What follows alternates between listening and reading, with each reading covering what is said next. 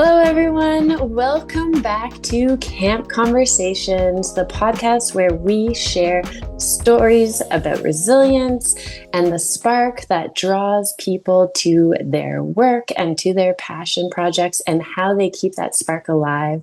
Today, I am so excited to be interviewing Pamela Slim. Pam is an author, a business coach, and she has 3 books out now. She's working on her 4th. One of her books actually came to me through the recommendation of a psychic, which is the craziest thing ever. I might have to expand on that story throughout our podcast. But a psychic drew the picture of the title of the cover page of her book and said, "This is something that is going to help you in your life when you find it." And then her book showed up on my desk, and it was just one of the craziest moments of my life. And I originally sought Pam out because on LinkedIn, I was following some other people in the field of mental health that really inspired me, that were doing some really great social good.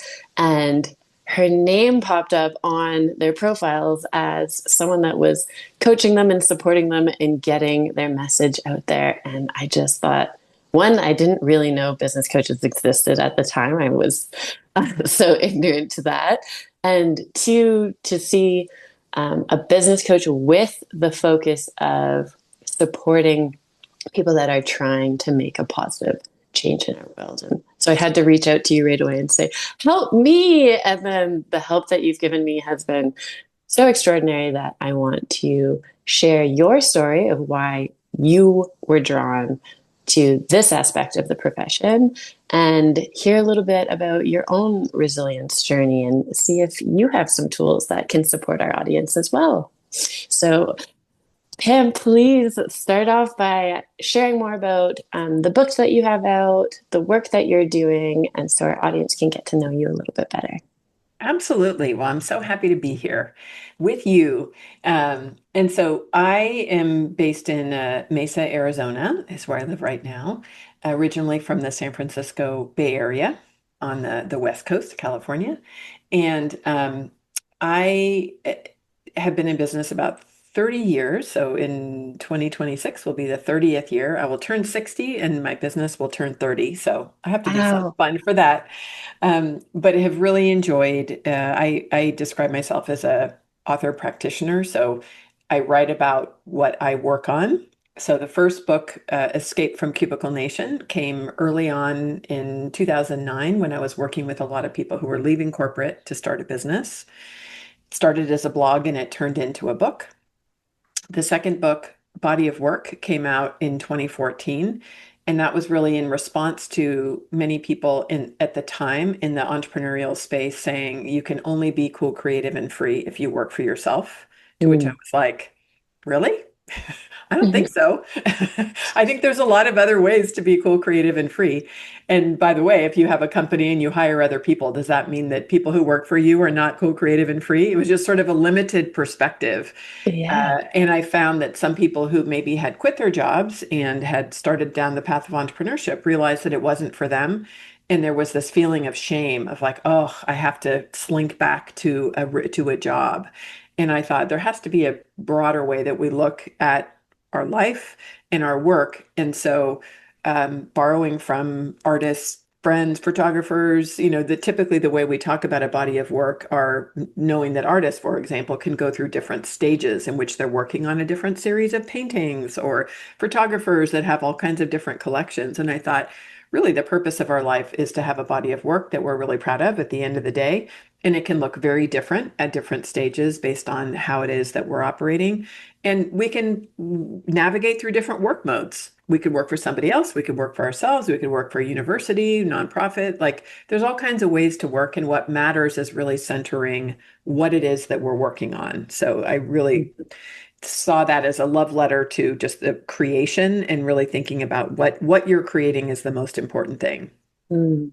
And then when people then know what it is that they want to build, then usually the next question is, well, where am I clients? Where are my people?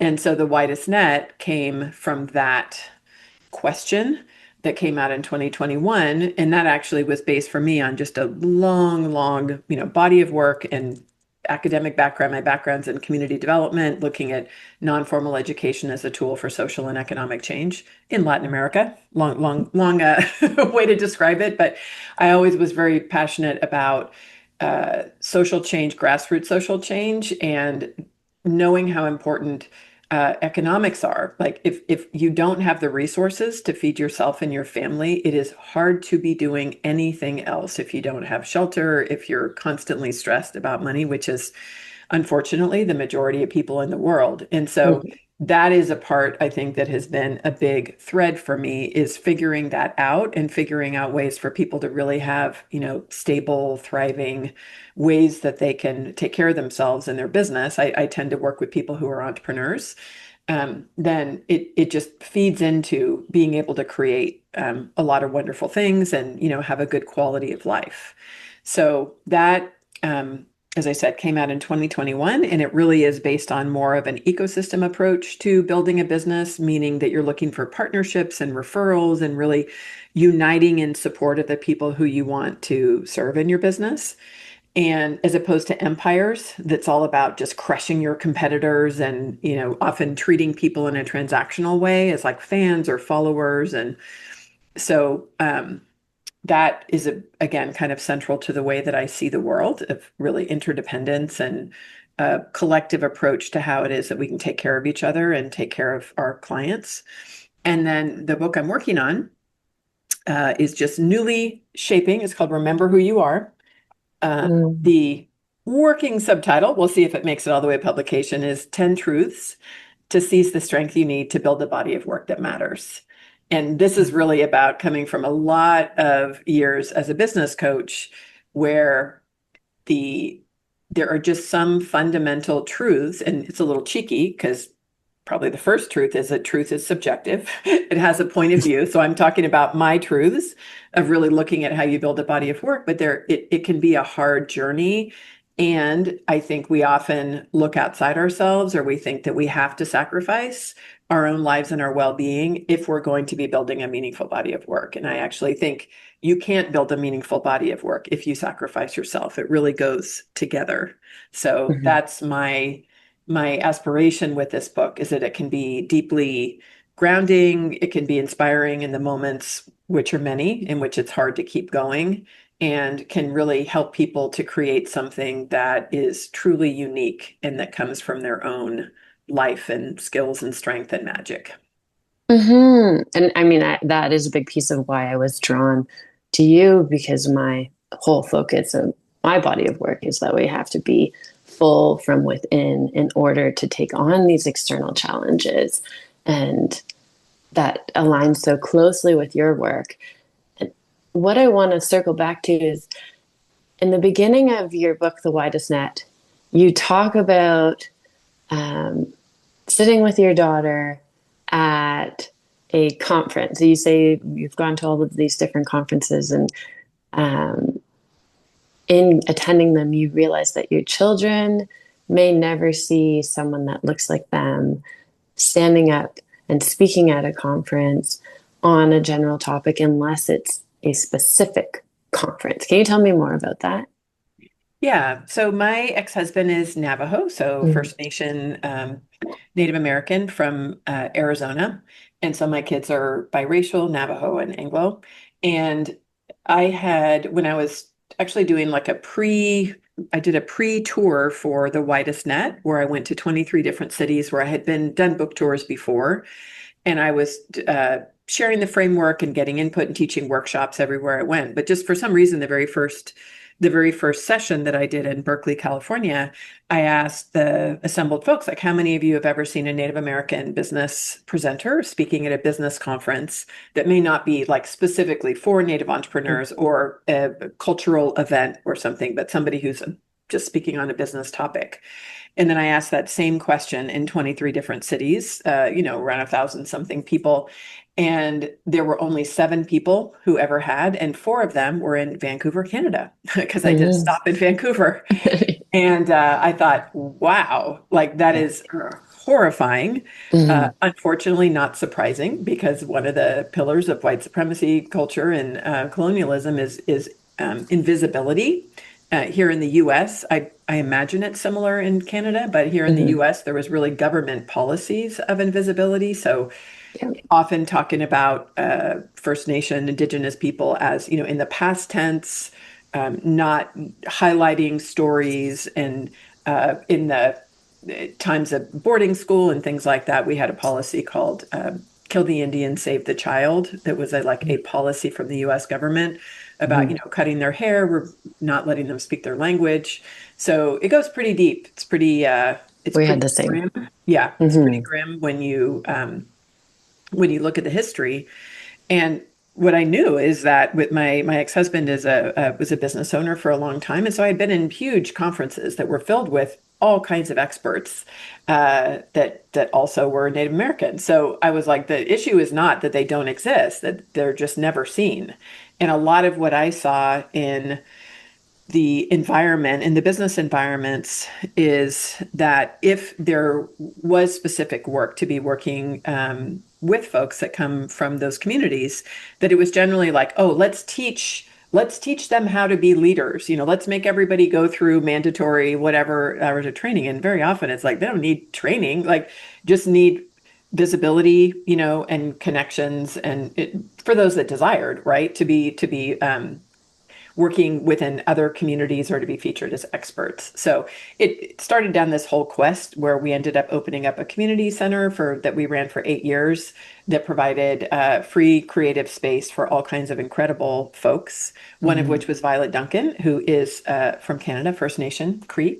And so she's amazing, an incredible person, an author, Buffalo Dreamer for any parents of maybe tweens or young folks or any adults. It's an incredible, incredible book that she just wrote.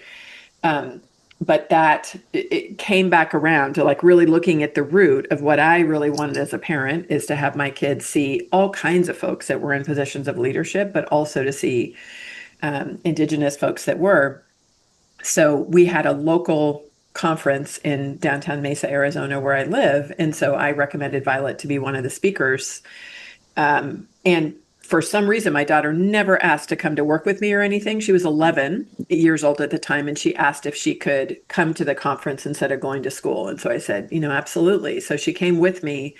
Violet was speaking, and for some reason, Violet was moved that day to tell a story of when she was 11 years old in Canada, and her mom was very active in different programs and a really influential artist and thought leader. And she was there in a meeting with her mom, and they were talking about how it is that they could be reaching more First Nation youth for attending programs. And so Violet was listening, as a little girl, kind of sitting in the corner doing her homework. And then after a while, like on the second or third day, she finally was like, well, of course, you're not going to be finding anybody because you're not going where people actually are hanging out. And she just shared with them a whole important truth about how it is they needed to really just be looking at where were youth already hanging out. Mm. And she talked about that as being a day where it was so inspirational for her to see like how the adults in the room actually like really turned and looked at her, and her mom had really raised her to be that way, not to be shy of sharing her voice. They ended up,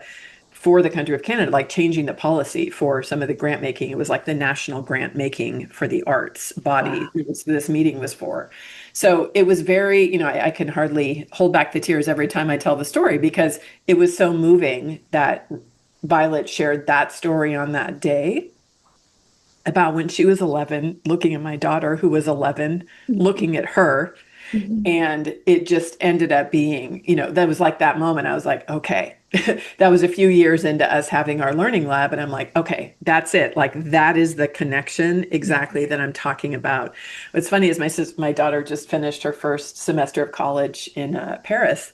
And one of the stories that she ended up sharing for her intercultural studies class was the relationship that she had with Violet and her husband Tony, and just the way that they had played, such an important role in her life. So Wow. it's very meta sometimes the way that the themes come together.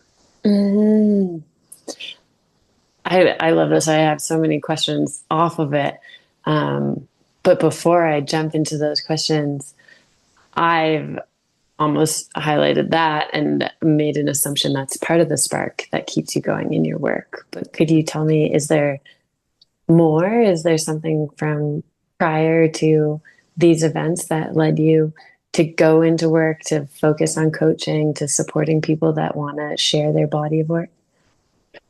Yeah, I don't exactly know where it originated, but as a core spark for me, I just love uh, bringing core ideas to life. I have been very inspired by my dad, especially. My dad was an environmentalist and always really involved in community. He started the first curbside recycling program in 1971 Wow. in California, and was just always somebody growing up who would, we'd always pick up trash if we went on a camping trip. We'd spend one day walking around wherever we were and picking up trash, and just one of those things of just always being really tuned into how it is that it is our joyful responsibility to be like members of our communities, to be honoring and loving nature and taking care of it, and taking care of each other. And so that I think always sparked it. Um, and then over time, as I started working on programs and really just getting into my field, the origins of which early on professionally were more around training and development and, building programs, really seeing like the transformational journey that people can take when they do have a really positive, like educational experience. I just saw Mm, in so many ways how that was possible.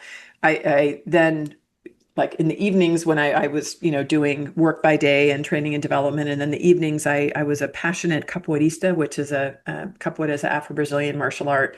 So in my 20s in San Francisco, I was a absolute maniac fool for loving the classes, and I had like 17 classes a week, and we started a youth program called the Community Action Project, or CAP, where we ended up growing to 250 youth that were involved in our programs. We partnered with 27 different youth service organizations, in a particular neighborhood. And I think just that whole experience was one that just gave me such huge inspiration. I love young people in general. I always have, and just watching the transformation that they made when they found something that they really loved, that they could relate to, was so positive. And it's just kind of one thing just ends up, passing the spark to the other. Like living in different mhm, countries and, college, I lived in Mexico and Colombia and Brazil and Switzerland in high school, and met, people from all over the world, and just saw this deeper lens, I think, of recognizing, for, based on my own upbringing that was pretty white bread, in mhm, California where I grew up, but just saying, God, there's so many amazing people that come from so many interesting backgrounds. And then at the same time, there is so much injustice. There are so many people that are suffering. But really, the lens that I saw is it's just an absolutely inaccurate lens about how the appropriate response is to, save anybody, or, any of the kind of typical white savior mhm, complex. It's more about recognizing leadership that exists and just like really deeply understanding and supporting and celebrating it, so that it just has taken many different iterations, through time. And it's like in general, there's a thread, which is I'm just I just yesterday I got somebody jumped on my calendar, a new potential client that was working on something. mhm, And it's just, I'm always like amazed.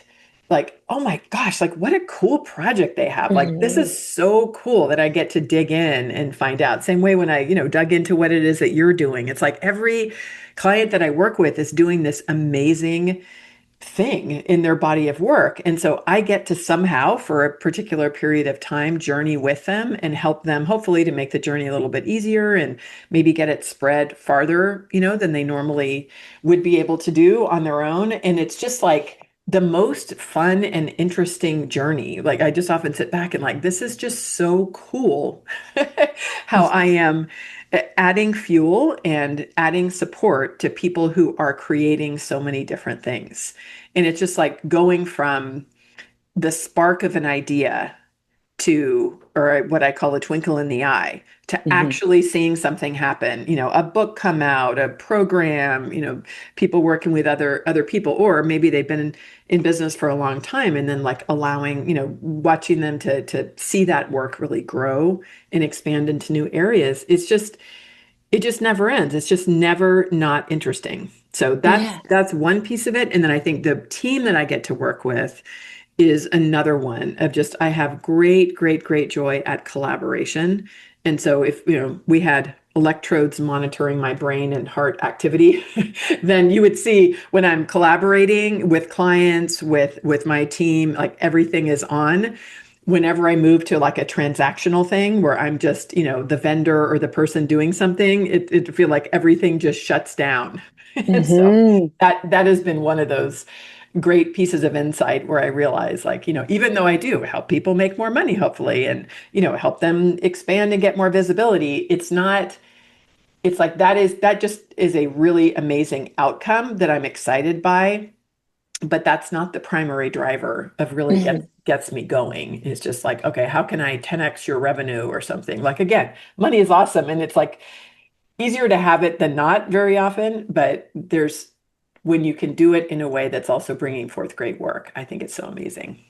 Yeah, and I think the one thing that I've really taken away from you is, I guess, the piece where my spark started to really dim and where I began to lose resilience in this sharing of my idea was when I moved into, and when I was even taught to move into, the transactional piece of taking my idea and figuring out how to push it on people. And then that felt yucky on my end and it wasn't received well. And then when we started working together, you, I write it actually at the top of my daily journal is relationship first. And that way I can focus in on, yes, because that is actually what the same thing builds me up and makes me excited. And it is where your ideas come into fruition because it's all about meeting the people that are interested in what you are doing and offering support or creating opportunities or introducing you to other people or giving you information or perspectives that you've never thought of before. And so relationship first. But in saying that, relationship first, I think the majority of our listeners are parents, they're people in caregiving roles, which tends to be predominantly women, teachers, healthcare. And I think individuals drawn to this work tend to come to it with this strong spark, this strong passion. And I'm curious if for you, because you are so relationship focused, I Hmm. mean, that can be such a gift that lifts us up, but it can also be heartbreaking or energy depleting. Like, because I can have the most wonderful interactive moments with people. Even this podcast, for example, it builds me up. And then when I turn it off and we stop recording, I'm like, ooh, that took a lot of energy. And I'm curious how you keep that energy level alive if you ever do feel it fading and what areas make it fade. And yeah. Yeah, it is one of the truths, I think, as I'm working on it, that one thing I see very often, understandably, within, those kinds of professions or roles is just not having very clear boundaries about your energy. So like we do have finite amounts of energy, sometimes in a day, an hour, and then within our own physical bodies, our own reality, like what it is that we're responsible for caring for, like what there we do not all share a similar container of energy, right? And there are things Mm-hmm. that we can control and there are things that we can't control around that. For Mm-hmm. the things that we can control, when you realize, there is unfortunately an endless source of suffering in the world right now. It is so vast that if we poured every bit of ourselves every day of our life into trying to resolve it, we could not do that within our lifetimes. And so with that and with that understanding, there needs to be things to put in place to ensure that you are engaging right at the level and the places and in the ways that can also be sustainable for you. That's a point of view, right? That's a point of view that you can choose to have. And again, each person's going to make their decision a little bit differently given what their guiding values are. But I do see if I just see it a lot where it is very, very common for people to feel just their physical bodies, their neurobiology, it's like almost down to the cells, just completely drained. And from that perspective, it's really hard to be partnering with anybody else, right, in order to help them.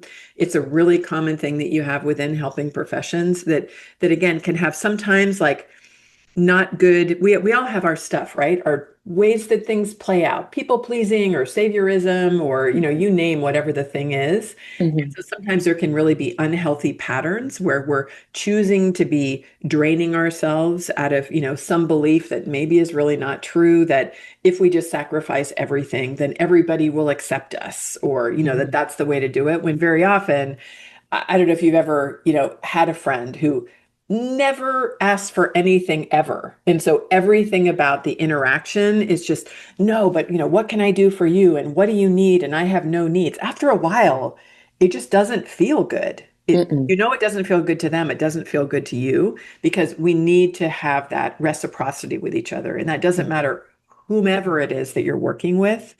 There's always, I think, that fundamental need. So having an understanding about what are the kinds of things that drive your own physical energy, your, psychological energy, your spiritual energy, if that's something that's important to you, and really putting priority on having some sustainable patterns is something I think that's really important. And, as we go through time, as we get older, like different life changes. I remember younger years when my kids were really young, there's some really, really young, there's the sleep deprivation of just having little babies at home, or, then they're a little bit older and it's running around, driving them everywhere, to where they need to go.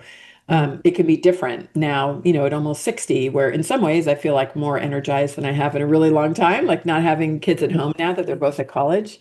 But in other ways, it's like, yeah, I'm postmenopause, and I can tell that there's, different things happening in my body that I didn't necessarily experience when I was younger.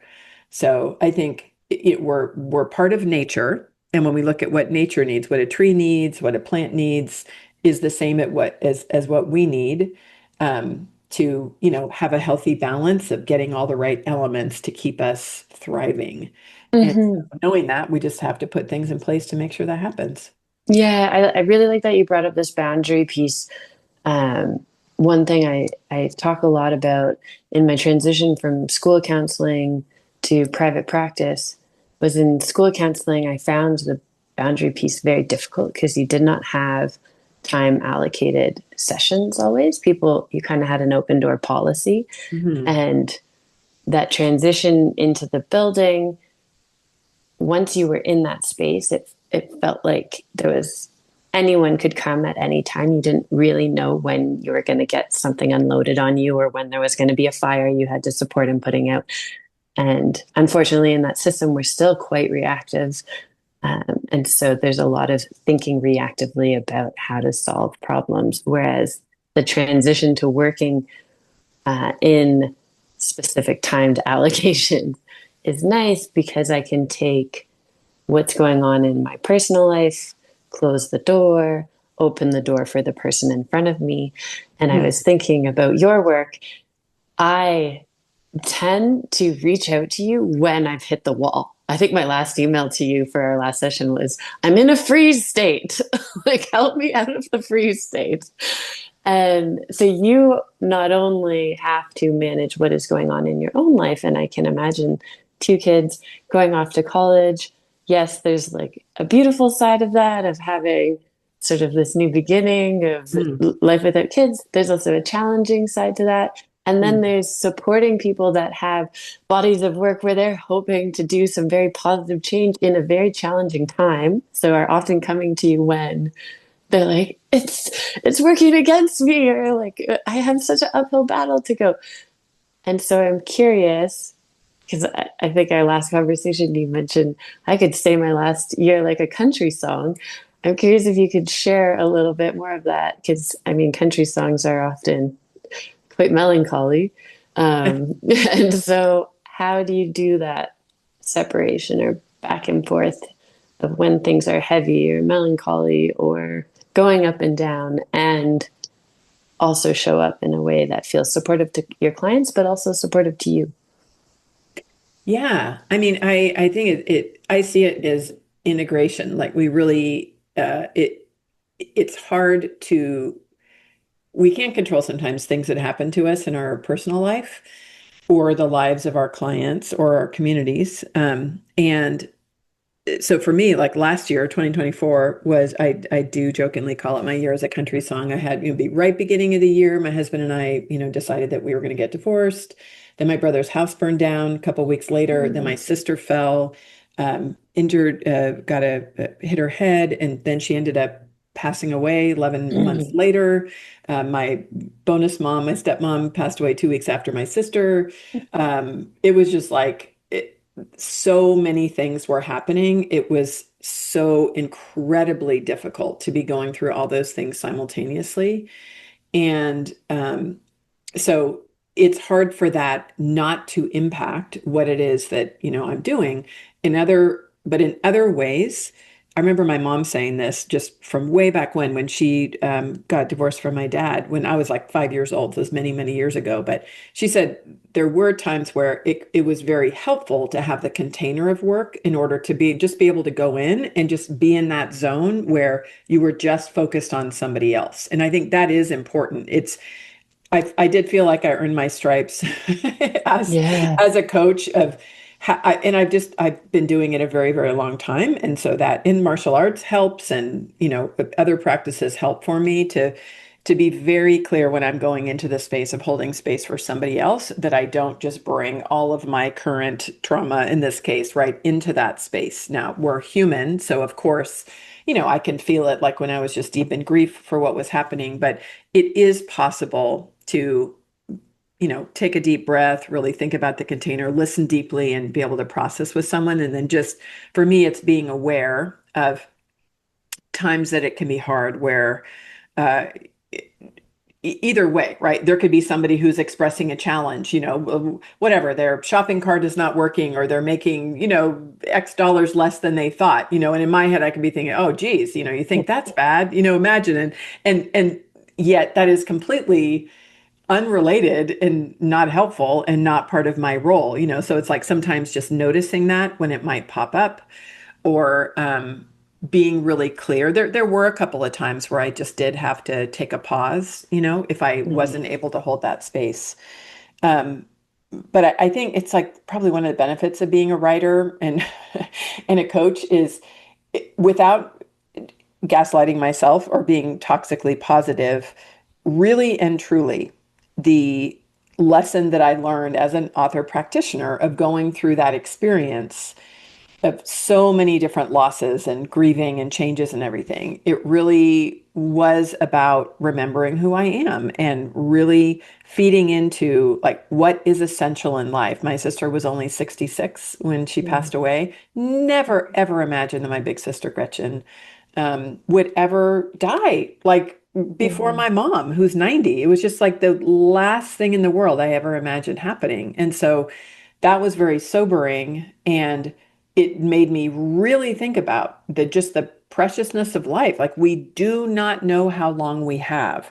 So in examples of like letting ourselves get all twisted up about whatever the situation is of the day, it, life really is precious and short. And so I think that, on one hand, it may seem counterintuitive, but one of the things that I think I got from Gretchen leaving us was that I'm really going to be leaning in and focused on joy. Mm. Really want to, when I take adventures, I'm traveling more. I'm, really making sure I'm enjoying my life because I want to carry her with me, which I think Mm. happens in a way, just I can kind of feel, I feel my dad and my sister, who who are gone now, it's like I can carry her with me, when I'm doing an incredible trip, somewhere at her service. Oof, it's it was Mhm. so sweet. She was a writer and a director of publications is what she did in her professional life. Loved her family, just, and very, very happily married to Gary, my brother-in-law, since they were teenagers, really. But one of the things that was so fun when everybody was sharing her memorial service is everybody, including her coworkers, talked about how she was always first on the dance floor. Like she loved to dance. And it's so funny because she was very introverted, much more quiet, like not somebody who was comfortable at all being the center of attention, but she loved to dance. And like I knew that, but I didn't really get it until I just heard it over and over again. And it was one of those things where I just thought, okay, I love to dance too. And I was like, God damn it, I'm going to be dancing a lot more. Like I'm going to be tapping that joy that, that Gretchen had. So some of those things are like, it's such a bittersweet, deep way, to process things. And again, like the sorrows of the world right now, and maybe always, have just always been so big that somehow we have to find a way, I think, to process it so that we're not just always walking under the weight, of so Mhm. much sorrow and so much despair and injustice. Um, Mhm. and there's a privilege, right? Like based on who we are to be able sometimes to turn away from what's happening, or it's like, and we just all do need to have a very clear point of view about how it is that we're going to be interacting with each other, and interacting with our life. And it's never a perfect situation, but it is hard to think about spending one's life not allowing joy and, harmony and love and all of that to come in, because I think that's such an important part of the human experience. Mhm. Thank you for sharing all of that. It makes me think of, I think often when I attend meetings with other mental health workers, we say one of the greatest privileges and most difficult aspects of our job is we often have the privilege of sitting with people at the end or when things have gone completely sideways or unexpected.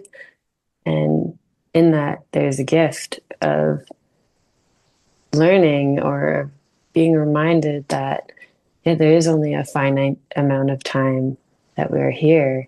And it so often in the thick of things, we are so focused on the to dos and the accomplishments and adding fun, connection, relationships to that list is really what you hear from people sitting at that end space saying, I lived a full life, are the ones that leaned into those moments. And I think a takeaway piece that I hear from you right now that I want our audience to take with them is having that piece of what am I carrying from those loved ones? What is kind of that lesson that they gave to me? Because all of us want to have some form of legacy that improves the lives of not only those we love, but everyone in our circle or that we come across. And hearing Gretchen's little piece for you is just bringing the dance back. And I think that's just such a beautiful lesson that I'm going to reflect on with.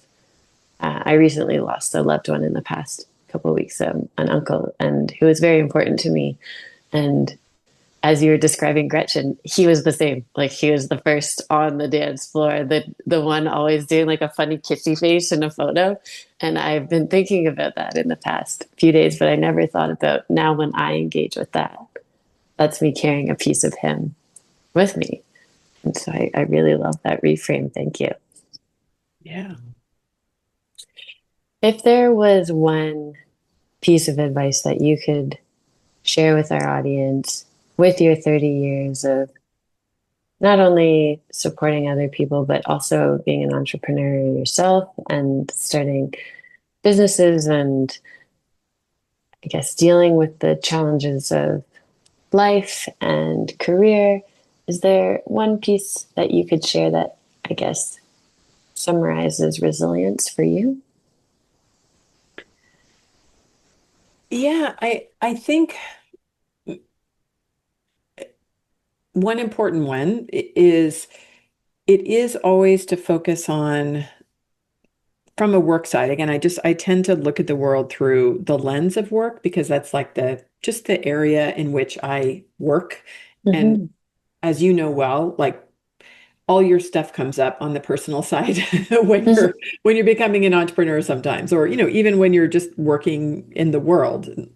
It, but from that perspective, there's so much uncertainty in what's happening in the economy, and economy changes and things shift, or we all experienced during the pandemic, just never expected to have the world shut down unexpectedly, that we changed so many things, and it's just there's so many unpredictable things that do impact our ability to be taking care of ourselves or our loved ones.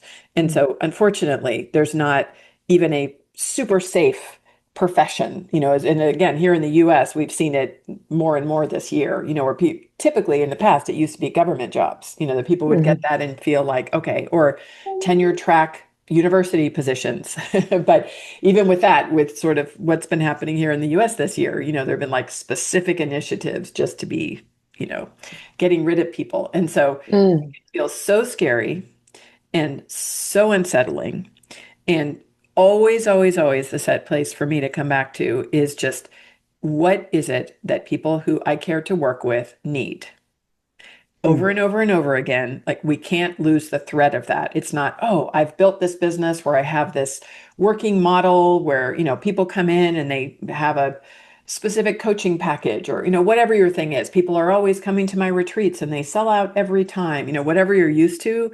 Those things can be disrupted. So it's not just that you're finding the thing that will give you stability, it's that you're always looking to what do people need right now? And that could be, again, work mode agnostic, where you could be working in a company and you're tuned in and paying attention to what's happening with your customer base or what's happening in the company. You might notice that things are falling apart in your particular department or your school for people that are working, in academics, or if you happen to be a parent at home where you're taking care of your kids at home, it's like really paying attention to like what is happening in my community, what are the dynamics, so that you can be positioned to be using your skills and your strengths to do something that is needed.